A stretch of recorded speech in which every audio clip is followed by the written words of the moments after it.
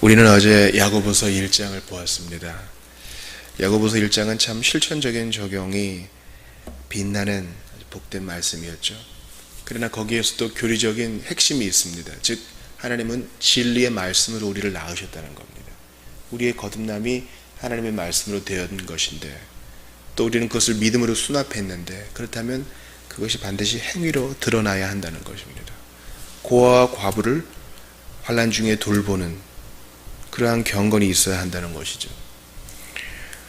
21세기 한국 사회에서 고아와 과부는 누구겠어요?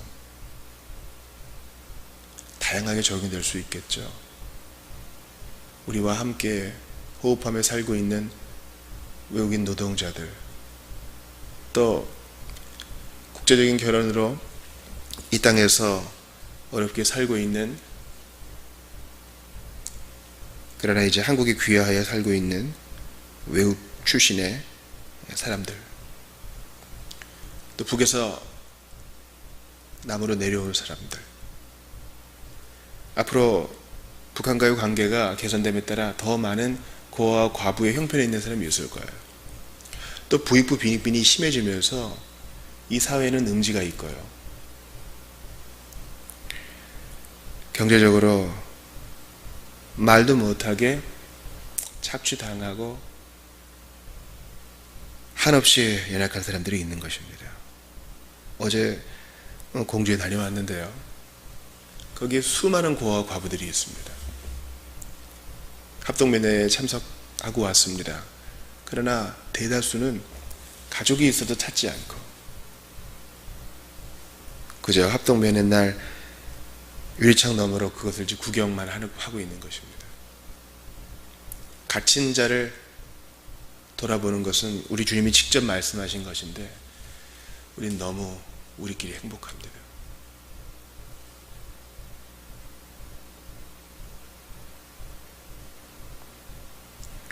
그렇게 해놓고 개혁이니 신앙 고백이니 교리를 아무리 강조해봤자 그게 무슨 소용이 있는가 싶어요. 우리는 너무 우리 안에서 인정받고 싶어하고 우리 안에서 행복하기를 원합니다. 그러나 참된 믿음은 일하는 믿음입니다. 오늘 우리는 야고보서 2장을 봤는데요, 첫 번째로 이 차별에 대해서 얘기하죠. 즉 어떤 사람은 회당, 그러니까 이제 야고보서의 1차적 수신자가 유대인 배경의 그리스도인임을 알 수 있어요. 회당. 그러니까 예루살렘 바깥에서 예배로 모인 사람들이 좋은 옷을 입고 금가락지 낀 사람은 대우하고, 그렇지 못한 자는 홀대한다는 거예요. 이것을 경험해 본 사람의 이야기를 저도 들었습니다.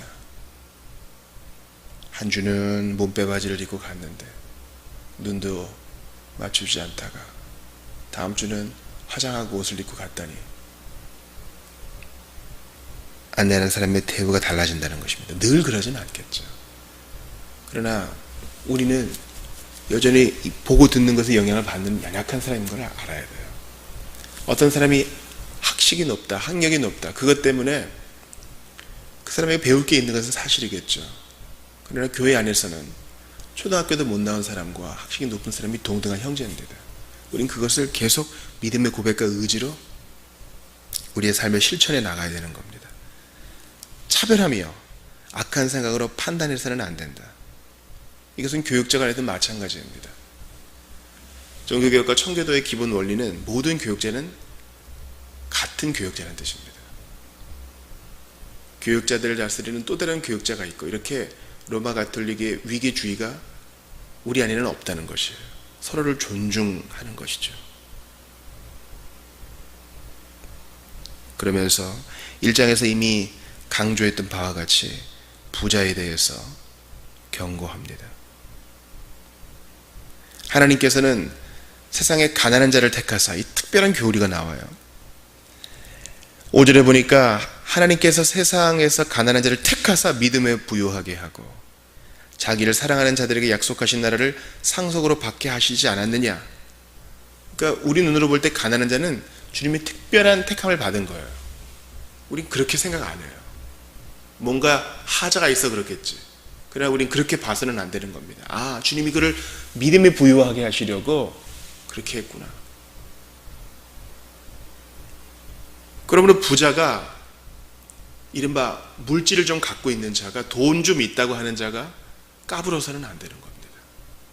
그것도 주님이 그에게 은사를 주고 선물로 재물을 얻을 능을 주신 것이지, 그가 잘나서 그렇게 된 게 아니란 거죠. 또한 재물이 있는 자의 배경을 보면 대부분은 그 가정 자체가, 가문 자체가 부자였기 때문에 누군가의 노력과 땀으로 자신이 혜택을 보고 있다는 사실을 인정해야만 할 것입니다. 가난한 자는 하나님의 택함을 받은 자예요. 하나님께서 그에게 특별한 계획을 갖고 계셔서 그를 믿음에 부유하게 하시려고 그렇게 한 겁니다. 어제 면회했던 형제도 아굴의 기도를 가장 좋아한다고 했습니다. 너무 부하게도 마시고 너무 비천하게도 하지 말아달라는 그 기도예요. 우리는 돈도 많기를 원하고 믿음도 좋기를 원해요. 제가 단언하지요. 절대 그런 일은 있을 수 없어요. 주님은 우리가 견딜 만한, 감수할 만한 부족함을 주셔서 이 세상 사는 동안 철저히 주님께만 붙어있게 하십니다. 우리 속에 불만이 일어날 수 있어요. 그거 없이 신앙을 지킬 수 있으면 안 됩니까? 근데 우린 안 그래요. 몸을 가진 우리는요, 욕정에 굽게 되어 있고 더 편한 것을 좋아하게 되어 있고 그래요.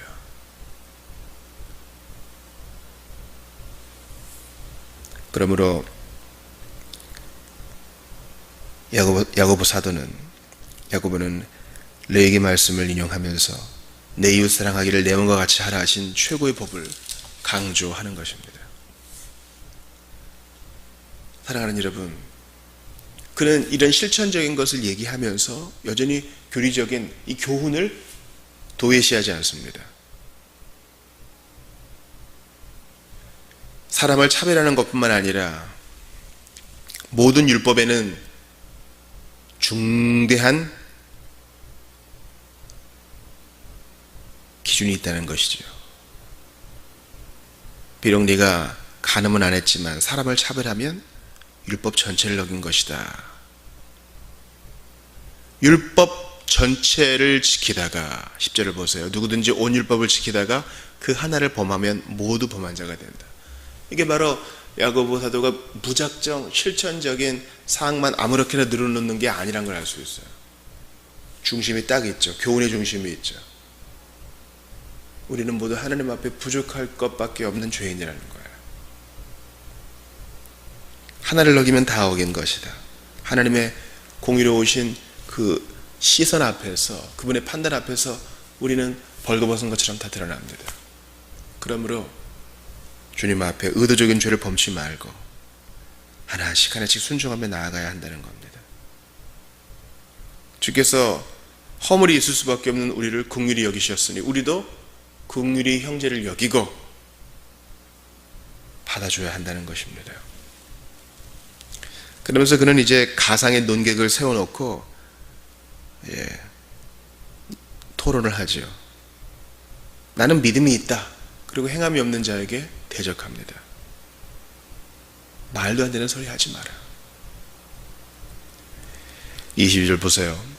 믿음이 그의 행함과 함께 일하고 행함으로 믿음이 온전하게 되었다. 아브라함의 예를 들면서 그는 이미 창세기 15장에서 믿음으로 의롭다함을 받았지만 그 이후에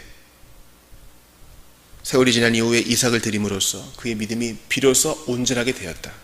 지금 바울의 사상과 야고보의 사상이 배치되는 게 아닙니다. 서로가 서로를 보완해 주는 거예요.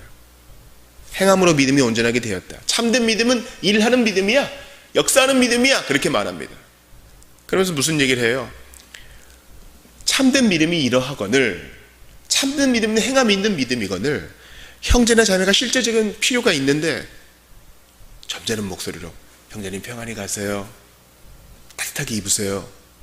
많이 좀 드세요. 그렇게 말만 해버리면 그게 무슨 소용이 있냐는 겁니다. 저는 이 말씀을 보면서 이전부터 이 말씀을 마음에 두고 있었지만 주님이 바로 이 시기에 우리에게 이 교훈을 주시니 더욱더 우리의 심령을 돌아봐야 되겠다. 우리의 동기를 돌아봐야 되겠다. 그런 생각합니다. 우리가 나눔과 구제에 힘쓰기로 했지만 어느 순간이 절실함이 빠지면 안 돼요. 자비마켓도 하고 있지만 더 해야 됩니다. 구제하고 나누다가 교회가 문을 닫는다. 그럼 영광스러운 거 아니에요?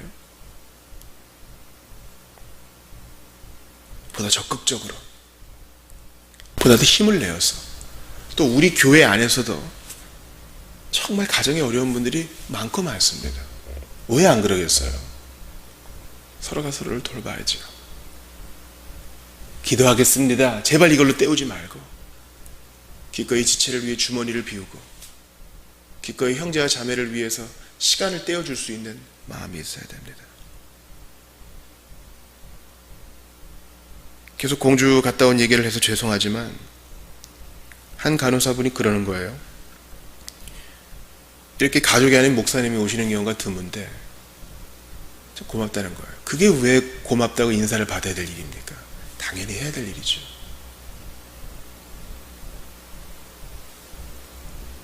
저는 어제 일을 계기로 비록 몸은 힘들지만 이러한 일들이 우리 안에 좀 많았으면 좋겠다 싶어요.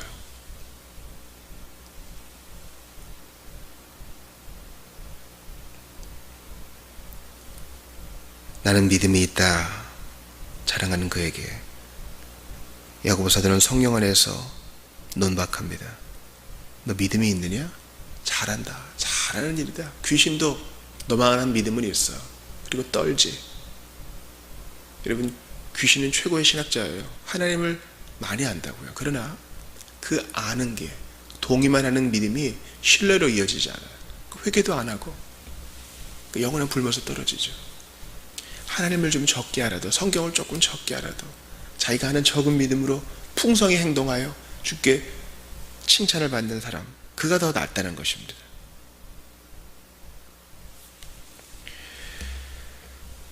그래서 우리가 혹시라도 오해할 수 있는 구절이 있죠. 믿음으로만은 아니니라. 이것은 믿음으로만은 안 된다 이런 뜻이 아니라 그저 지적인 동의만으로는 온전한 구원에 이를 수 없다 하는 것입니다.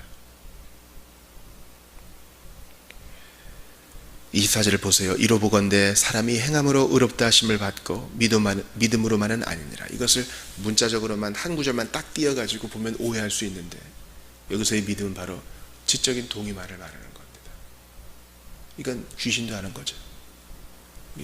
신뢰와 확신으로 주님은 이러한 행함을 기뻐하시오. 우리의 의지적인 노력을 기뻐하시오. 이런 면에서 우리 보수적인 정통적 그리스도인이 약했다는 것은 우리 인정해야 됩니다.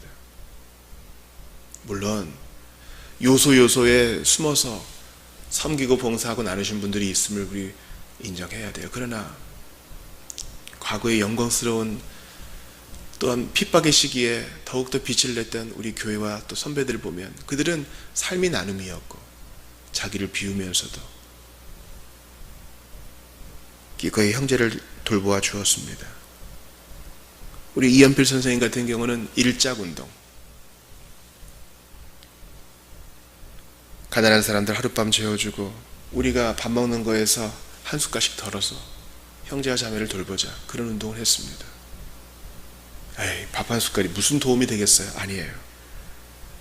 10사람이 모으면 밥 한 그릇이 되고 30명이 모으면 더 많은 것을 모을 수 있습니다. 사랑하는 여러분, 행함으로 우리의 믿음을 보여줍시다. 세상에게 보여주고 주님께 우리의 마음을 올려드립시다. 행함으로 우리의 믿음이 온전하게 되어서 우리 믿음이 진짜라는 것을 성령님이 더욱더 확증해 주실 거예요. 우리 구원의 확신 너무 강조하잖아요. 구원의 3단계가 있는데 나는 지금 구원 받았고 지금 구원 받고 있으며 앞으로 온전히 구원받기 원합니다. 근데 우리 정통적인 그리스도인은 구원의 확신, 지금 당장 죽어도 이것만 너무 강조해요. 근데 우리가 참되게 봉사하고 나누어 보세요. 성령님이 주시는 확신이 있어요. 네가 지금 하는 것은 구원받은 것에 대한 감사로 드리는 귀한 마리아의 헌신이다. 내가 너를 기뻐한다. 성령님이 확신을 준다고요. 참된 구원의 확신은 성경만 많이 본다고 되는 게 아니라 믿음으로 한 걸음 행할 때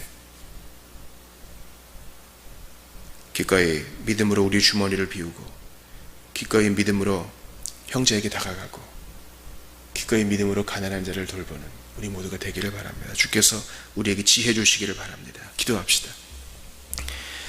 하나님, 영적으로 헐벗고 굶주리고 거지와 같은 저희를 찾아오셔서 믿음과 회개를 선물로 주시고 주님을 의지하였을 때 우리를 영적으로 부욕해 해주시니 감사합니다.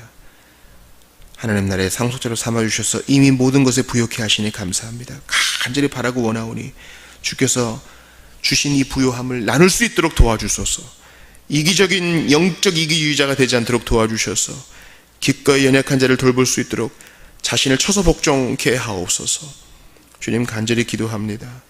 믿는다고 노래하고 떠들기는 하고 너무나 실천에 약했습니다.